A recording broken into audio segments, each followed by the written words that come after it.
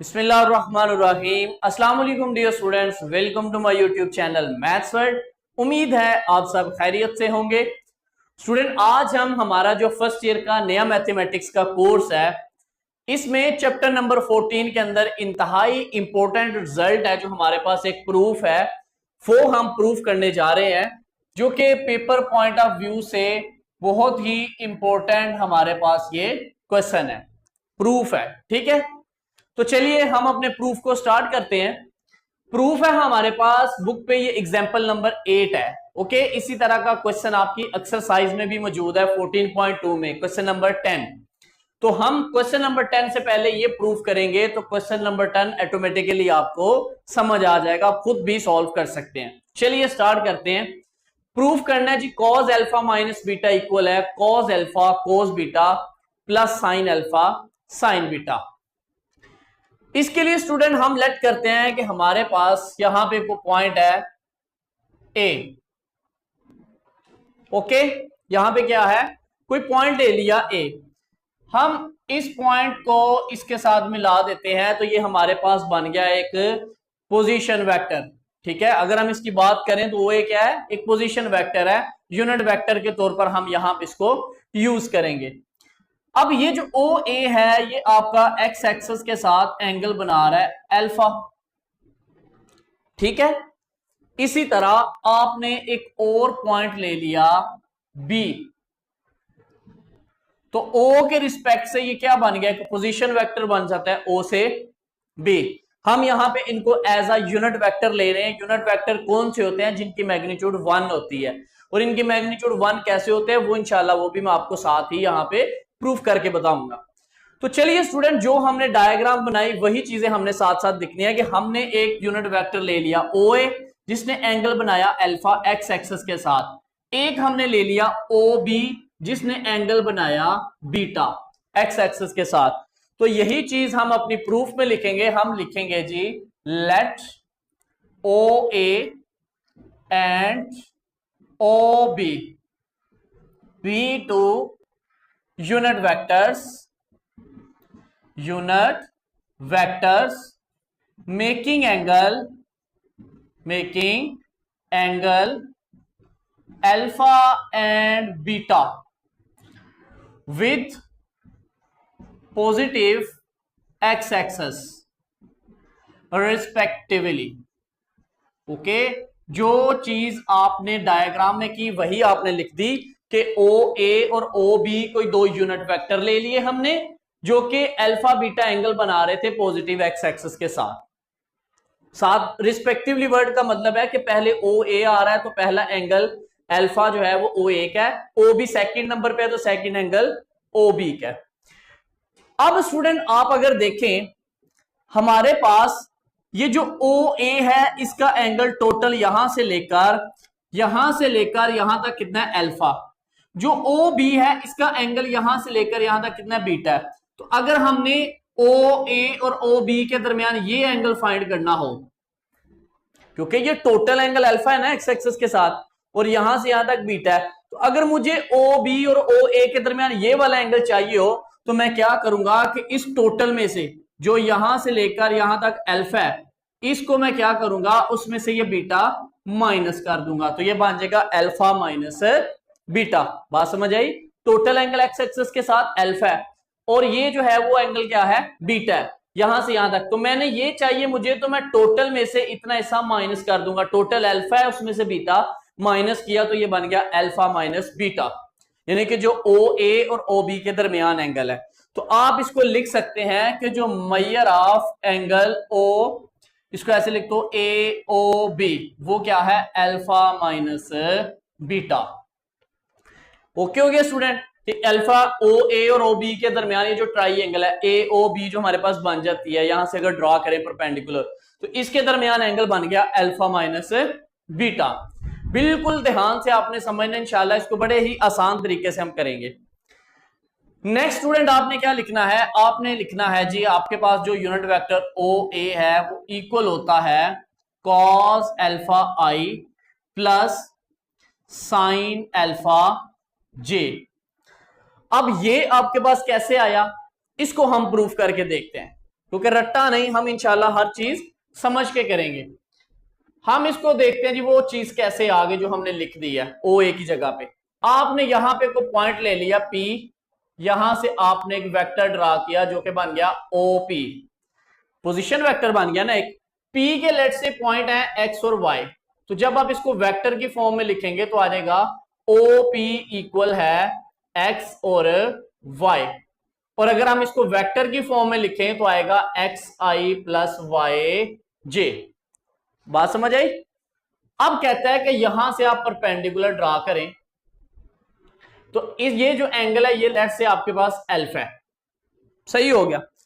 अब चूंकि ये आपके पास वाई एक्सिस है, ये एक्स एक्सिस है, तो ये चीज वाई एक्सिस के पैरेलल है, तो मींस ये वाई है और ये एक्स है, यहां से लेकर यहां तक। तो आपने पढ़ा कि ये आपके पास परपेंडिकुलर है, ये बेस है। ये जो ओ पी है जो कि मेरे पास कोई वेक्टर आर है, कहते इसकी अगर मैं मैग्नीट्यूड लूं तो वो मेरे पास आर आ जाएगी, ठीक है। ये जो ओ पी है इसको मैंने नाम दे दिया, ये को वेक्टर आर है मेरे पास, लेट्स से।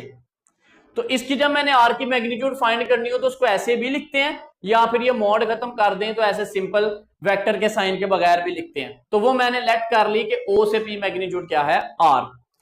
अब आपने पढ़ा कि जो आपके पास कॉस थीटा होता है, कॉस थीटा, यहां पे अल्फा मैंने नाम दिया तो आप अल्फा दे लो। जो कॉस अल्फा है वो आपके पास क्या होगा, कॉस अल्फा तो आपके पास होता है बेस ओवर हाइपोटेन्यूज। तो बेस कितना है एक्स, हाइपोटेन्यूज कितना है आर। तो यहां से एक्स की वैल्यू अगर निकालनी हो तो आर कॉस अल्फा इक्वल आ जाएगा एक्स के। ये एक्स की वैल्यू आपने फाइंड आउट कर ली, ओके। अब इसी तरह हमने देखना है कि हमारे पास ये क्या आ गया परपेंडिकुलर, ये क्या है हाइपोटेन्यूज। तो हमारे पास जो साइन अल्फा होता है वो तो होता है परपेंडिकुलर ओवर हाइपोटेन्यूज, यानी कि y ओवर r। तो यहां से y की वैल्यू आ जाएगी r साइन अल्फा। ये हमारे पास किसकी वैल्यू आ गई, y की वैल्यू आ गई। अब इन दोनों वैल्यूज को आप अपने वेक्टर के अंदर पुट कर लें। इस वेक्टर के अंदर अगर पुट करें तो क्या आ जाएगा, x की जगह पे वैल्यू पुट करेंगे तो आ जाएगा r cos alpha, r cos alpha i plus r sin alpha j।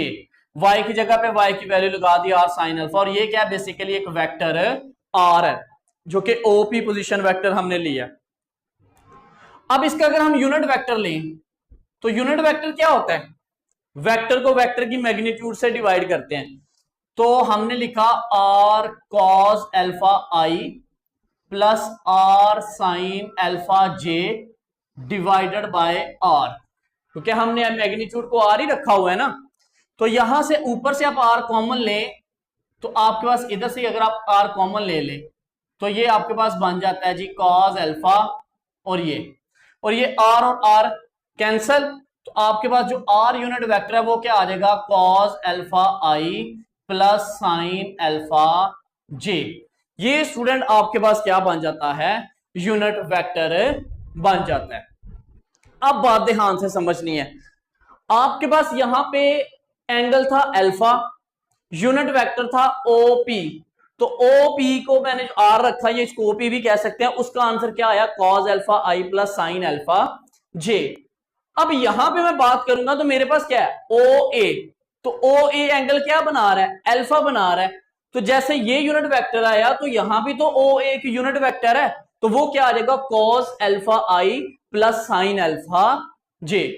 Point समझ आया? ये चीजें हमने ड्राइव करके देखी कि यूनिट वेक्टर में ये वैल्यू कैसे लिख देते हैं एक्स की जगह पे, सॉरी यूनिट वेक्टर की जगह पे। तो ये हमने ड्राइव करके चेक कर लिया, ओके।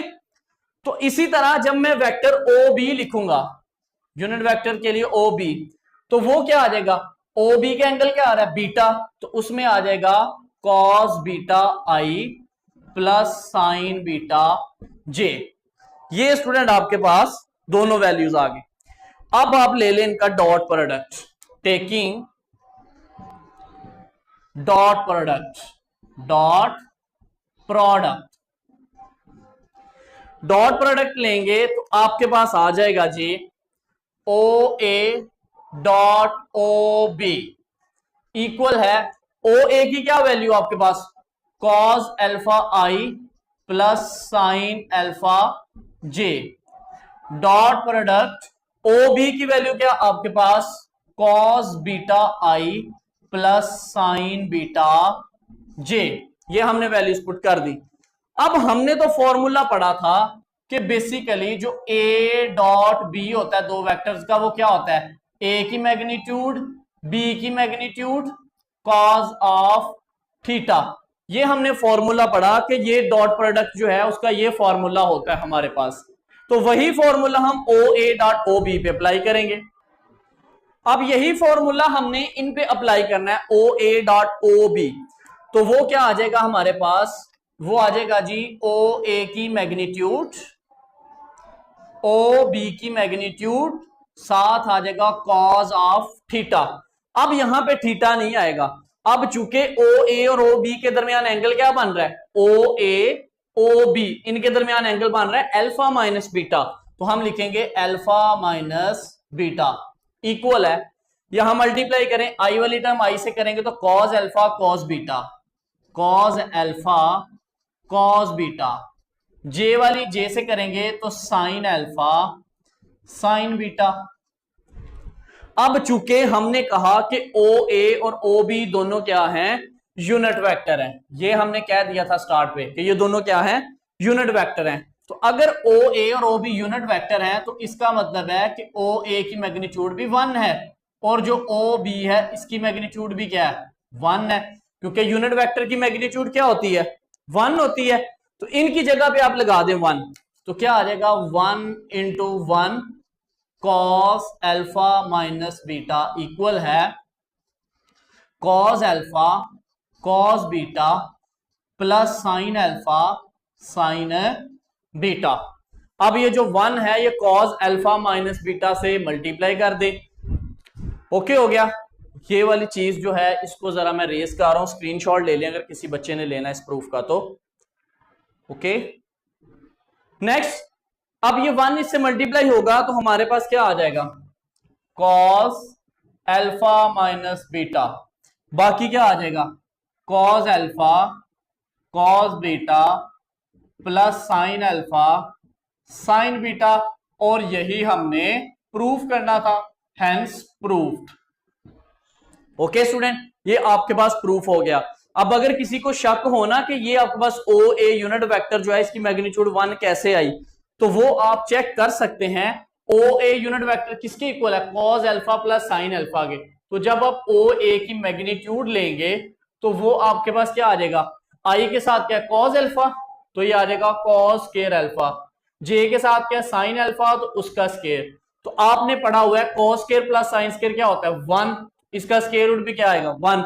इसका मतलब है कि जो ओ ए और ओ बी दो यूनिट वेक्टर थे इनकी मैग्नीट्यूड क्या आती है 1 आती है। ओके हो गया स्टूडेंट, तो ये आपका प्रूफ था, इंतहाई important paper point of view से। तो ये बोर्ड के एग्जाम में आपको एज अ लॉन्ग भी पूछा जा सकता है और बाय चांस कभी कभी ये एज अ शॉर्ट भी आ जाता है। तो उम्मीद है आपको समझ आ गई होगी। इसी की मदद से इसी तरह का प्रूफ हमारी जो क्वेश्चन नंबर 10 उसमें है वो इंशाल्लाह हम करेंगे। तब तक के लिए ख्याल रखिएगा। खुदाफिज, फी अमान।